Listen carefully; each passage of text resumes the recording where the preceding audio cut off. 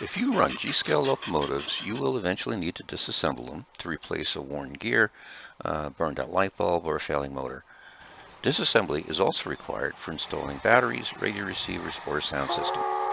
Most manufacturers keep fasteners holding the locomotive together, hidden from view, so they don't distract from the realistic appearance of the model.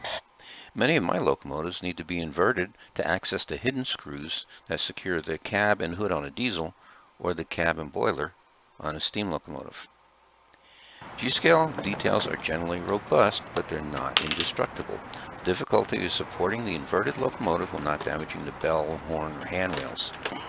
And unless you're an octopus or exceptionally skilled with your tongue, you will need help holding the locomotive during disassembly.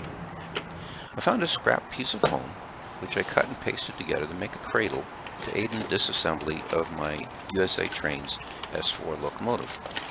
The general shape of the foam securely holds the locomotive inverted, while the cutouts in the foam provide a safe haven for details like the bells and whistles. The cradle also worked well with my NW2 locomotive, which has a similar profile.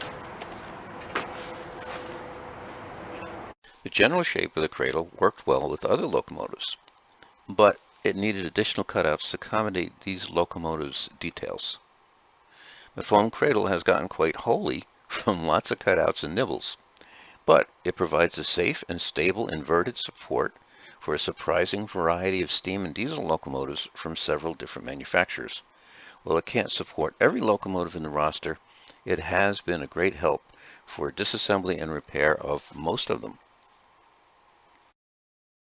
If you found the video useful, please hit the like button and subscribe if you'd like to be informed about future content.